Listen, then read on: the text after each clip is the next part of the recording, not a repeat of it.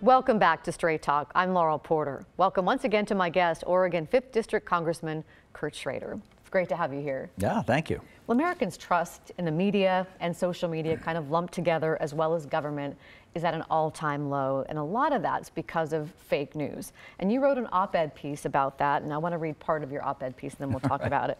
You wrote, it's called Finding Good Information in the Age of Fake News. As I get older, I'm constantly reminded of the limitations of my own personal experience in formulating a thoughtful opinion.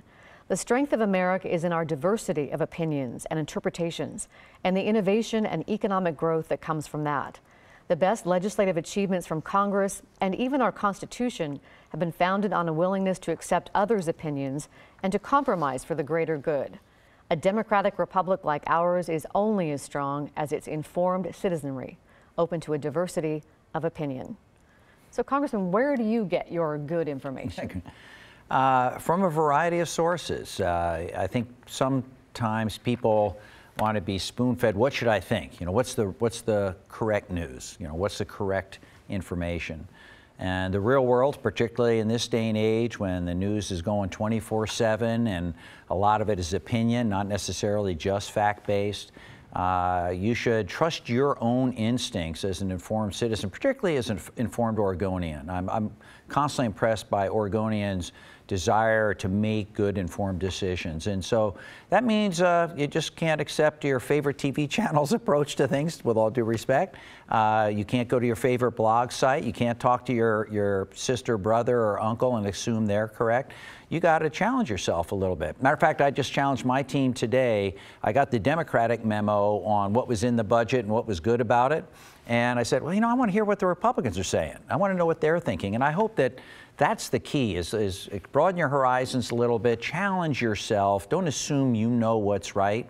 Again, as I've gotten older, I find that common sense means what you think you know within a 50-mile radius of your house. Beyond that, and certainly going to Congress has really opened my eyes.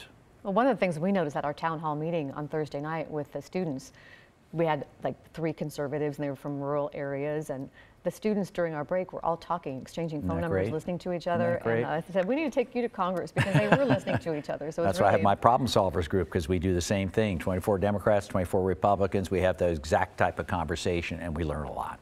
Well, hopefully we'll keep that going in Congress. Talk about trust. Americans' trust in social media platforms is also at a low point. And Facebook has already been under scrutiny for how Russia manipulated their platforms before and after the 2016 presidential election. And now there's a new backlash, questions about whether a company called Cambridge Analytica, which helped the Trump campaign, collected and used without permission data from millions of Facebook users. So what do you think should happen as a result? Should there be more regulation of social media when it comes to users' private information?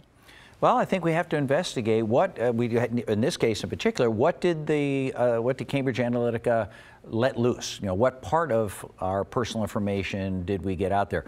Americans were partly at fault at this. I mean, we go online all the time and buy stuff, give out our credit card information at will.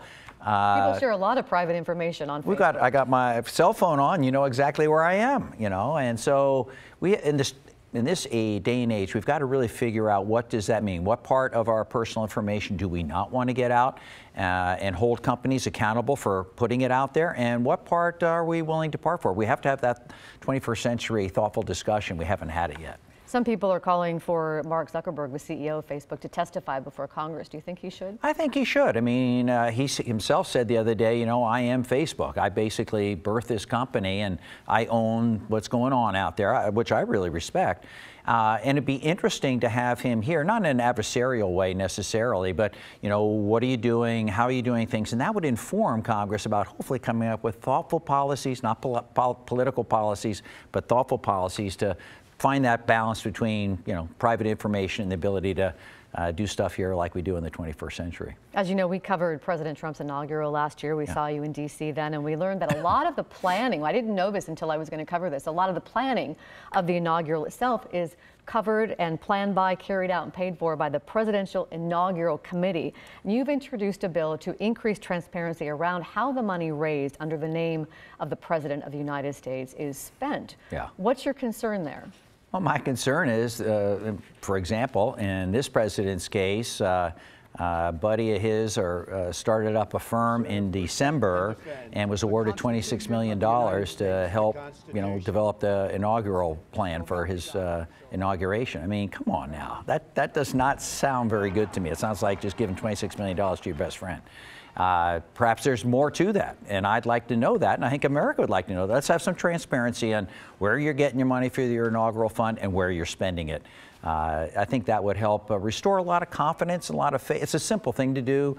Restore a lot of faith, a lot of confidence in the American people that things are on the up and up in this day and age. And there's no law about how that money is spent afterwards when there's a surplus of the money. That's right. And wonder where that goes, don't you? You want it to go to charity. You want it to go to charity. I think that's where it should go. If you've got money in excess of what your needs are for the inauguration, with all the problems, all the people that need help these days, I would like to think you'd spend it on somebody else. I did that during the shutdown, gave my shutdown salary to these service members fund that are serving overseas so their families can get some help. I think the president could do the same thing.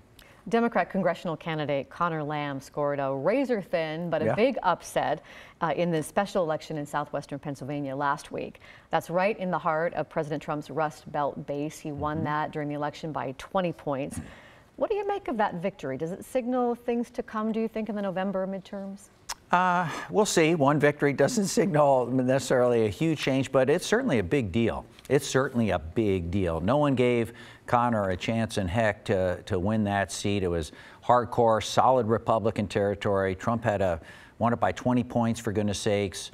But Conor Lamb did what I think America wants their representatives to do. He represented the concerns of that district. He didn't talk about national politics. He didn't demagogue President Trump. He talked about what he was concerned about in western Pennsylvania.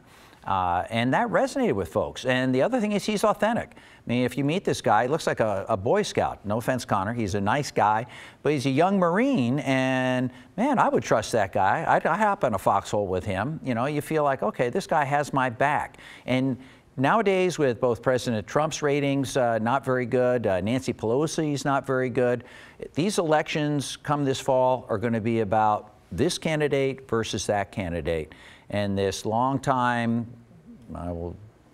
person who he ran against, I'll be nice, frankly, did not come across as genuine. And obviously a politician. Conor Lamb wants to represent that district. That's my message to anyone running for office.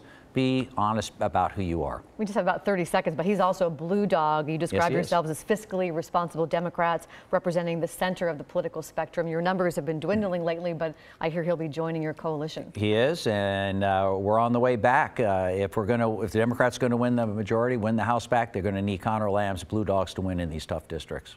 Congressman Schrader, always a pleasure to have you here. Thank you for joining us. Thank you, Laurel. And if you'd like to send us your comments, we'd love to hear from you. Send them to us on Twitter. You can follow us there at KGW Straight Talk. We'd also like to talk to you on Facebook as well. Thank you once again to my guest, Congressman Kurt Schrader. And thank you for watching. We'll see you next week for Straight Talk.